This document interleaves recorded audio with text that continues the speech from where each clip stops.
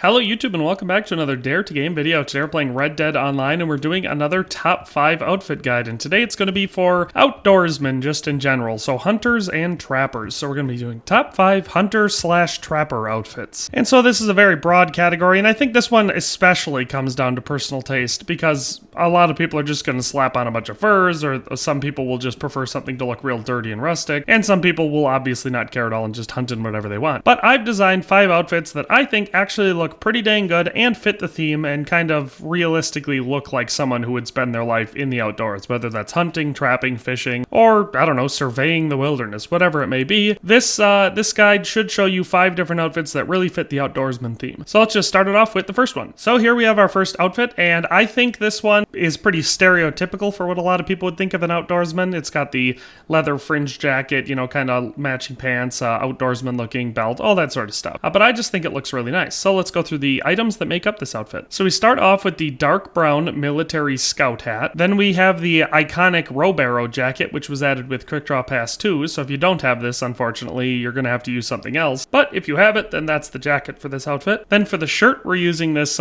green everyday shirt, and we've got the collar open for that. For the weapon equipment, we've got this first variant of the Thorburn gun belt and the matching offhand holster. For pants, the clean brown variant of the buckskin pants. And then for boots, we have the clean brown variant of the stovepipe square toe boots, and of course keep those tucked into the pants. And that's the whole outfit. Now, like I said with this one, I think it definitely is decently stereotypical for what you'd expect to see out of a hunter or trapper. It's got those whatever that pattern is on the shoulders that kind of give it sort of a native look to it. It's all leather, the buckskin, you know, the just light buckskin tone with the fringe, which, you know, helps keep you dry. It's got matching buckskin pants. Our offhand holster and gun belt kind of match the jacket, like both in color and then the accents. They just kind of look like they go together really well.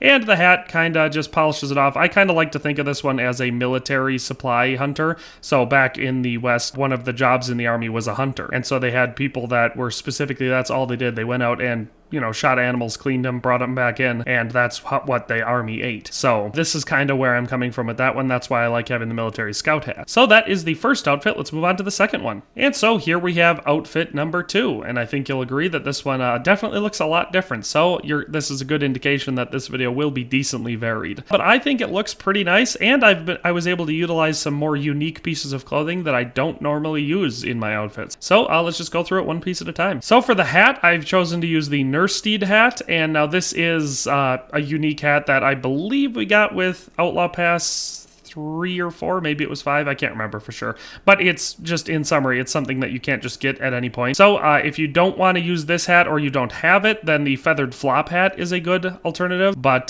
because it kind of keeps the same vibe to it. But if you've got this hat, I think this is a great place to use it, and I've literally never wore this hat before, so that's why I was excited to use it for this outfit. For the coat, we use the aptly named hunter's jacket, and I use this black variant with the, I don't know if that's supposed to be wool or something, for the accents for the sleeve and the shoulder part. For the vest, the dark black variant of the outdoorsman vest is the choice that I went with. For the shirt, the gray everyday shirt with the collar open was the choice for this outfit. For the weapon equipment, I went with the black variation of the explorer gun belt and then the matching offhand holster. For the pants, I used the darker brown macrum pants. And then for the boots, we're once again using those stovepipe square-toed brown boots. And that is the entire outfit. And like I said, I think this one's pretty unique looking, and it gave me an opportunity to utilize some pieces that I've never really used for an outfit before. For this one, I didn't really have a theme when I started designing it. I just wanted to utilize some of these items. Like I said, that hat really screamed it for me, and it's got the front pinned up, so clearly this is probably a more long-range hunter,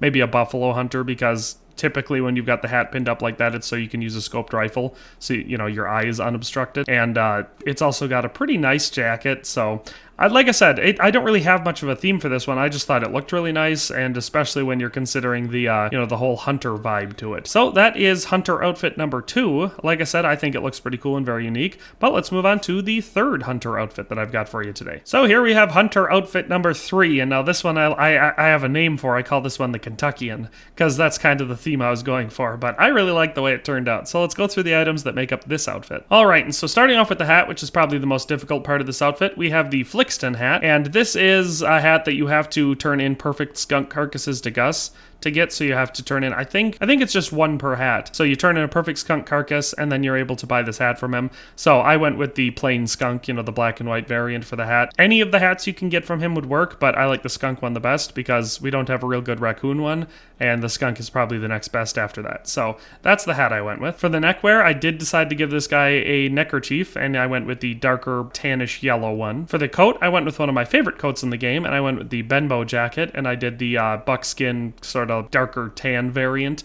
I really like it. It's leather, it's got fringe, so it looks real good for a hunter outfit. For the shirt, I went with this kind of darker grayish brown variant of the bibbed shirt. For the weapon equipment, I used the Grizzly's gun belt, so this is part of the Grizzly Outlaw outfit, so if you want this one, you have to purchase that outfit. For the pants, I used the Lightfoot pants, and I decided to use the kind of light yellowish buckskin looking variant of them. I think they look real nice, and the stitching helps match the rustic feel of the outfit. And then for the boots, keeping it simple again, the brown stovepipe square-toed boots, once again tucked into the pants. And that is what outfit number 3 looks like in its entirety. Like I said, I think it looks pretty unique. I really like it. And so for this one, I guess the only thing I forgot to mention inside when I was talking about the items that make it up is I did include a bandolier, just because I think it helps with the aesthetic. You could go with or without it, but I like the way it looks with it. But I really like this one. Like I said, I called it the Kentuckian because I was basing this off of a early 1800s Kentucky rifleman sort of look, so that's what I was going for with this one, which is why I stuck with the, well, if I had a coonskin cap, I would have used that, but since we don't have one, I used the skunk one instead. And then obviously just the buckskin fringe jacket with the matching pants looks really nice, and then the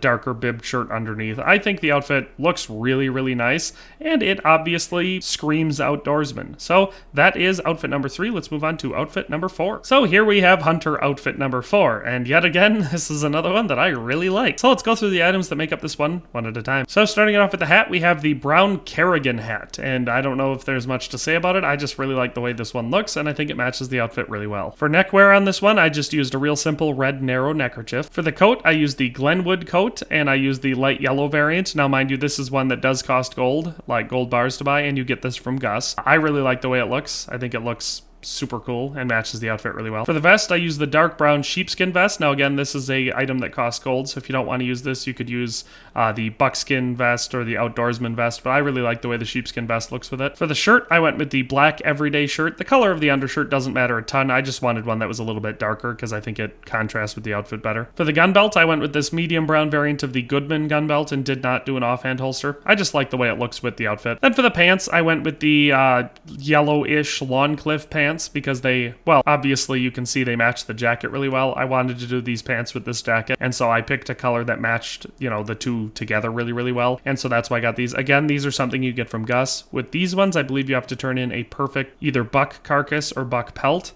and then once you've done that, you'll be able to purchase the pants. It's not that difficult to come by a whitetail buck, but yeah, that is how you get these pants, and I think they match the outfit awesome. Then for the boots, once again, the clean brown stovepipe square-toed boots tucked into the pants. So that is the outfit in its entirety. Like I said, I really, really like this one. It might be my favorite out of all of them. Hard to say, but it might be. So for this one, you may be able to tell that it's not nearly as rustic as most of them. It does, I still think, I would argue that it does look like something a hunter would wear, because again, we're dealing with all buckskin clothing with a lot of fringe on it, so that's great for keeping you protected from the elements and dry if you get wet, things like that. And it coordinates really well. The pants match basically perfectly with the jacket. I'm pretty sure they were designed to go together, even down to the accents, because you've got blue accents on both of them. The vest underneath looks real nice. This one is suitable for hot temperatures, so you can wear it anywhere. Well, I mean, if you wear it in the cold, you're going to need to use a hardy tonic, but you can even wear this out in Armadillo, and you won't overheat. It's just a really, really nice jacket. Plus, out in the desert, it's basically camouflage, so it's another reason I like this one, because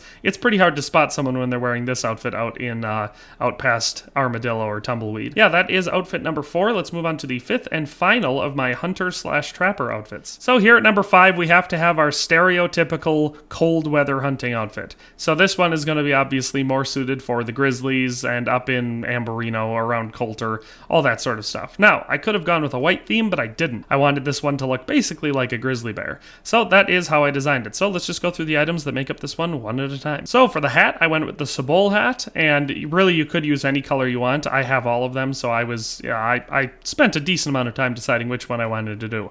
But I like this one the best, and I think it matches matches the rest of the colors for at least the upper wear on this one, so that's why I like this variant of the Sabole hat the best for this outfit. For the coat, we have the Merbe coat, and now again, this is going to be one you have to get from Gus, so you'll have to turn in a perfect bear pelt to Gus, and then you'll be able to purchase it. Most of the variants, again, you could probably go for any color theme you want, but I like this one the best, this dark brownish one. So that is the jacket I used for this outfit. I did use a vest, even though you can't see it underneath the giant coat, but I decided to go with the Rutledge vest, and I used it for multiple reasons. One, I like the way it looks, and two, I wanted this to be a real warm, warm outfit. So this is one of the vests that provides warmth protection. So that is why I used this variant of the Rutledge vest. Then for the shirt, even though once again it doesn't really matter because it's covered by the huge coat, I used the red work shirt. It just, looks exactly like what you'd think a cold weather hunter would be wearing underneath his giant bear skin coat. Then I did use gloves for this one, and I used the Oxcroft gloves. Again, I think these are one that were added with a Outlaw Pass somewhere along the line, so if you don't have these, then I think the dark black variant of the knitted gloves looks the best because, they sell that whole cold weather vibe,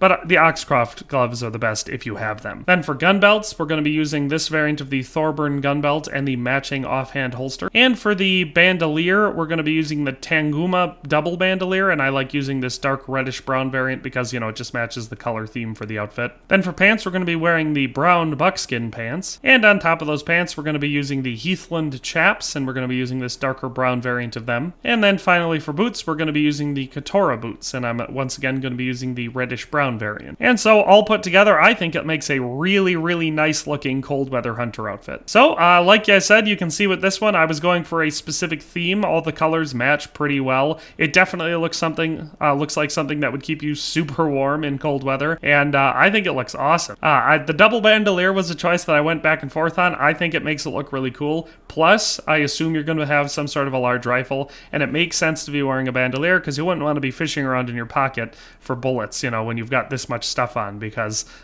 it would be decently hard to get at your pockets. But that is the last outfit that we're going to be looking at in today's video, so I hope you liked today's video. So with all that in mind, thanks a ton for watching. I really appreciate it, but we'll see you next time. Thanks for watching another Dare to Game video. If you liked this video, please leave a like and a comment. If you haven't already, be sure to subscribe to the channel. If you like my content and would like to support this channel, consider becoming a member today for as little as $1.99 a month. It makes a huge difference. But in any case, thanks for watching and have a nice day. I'll see you next time.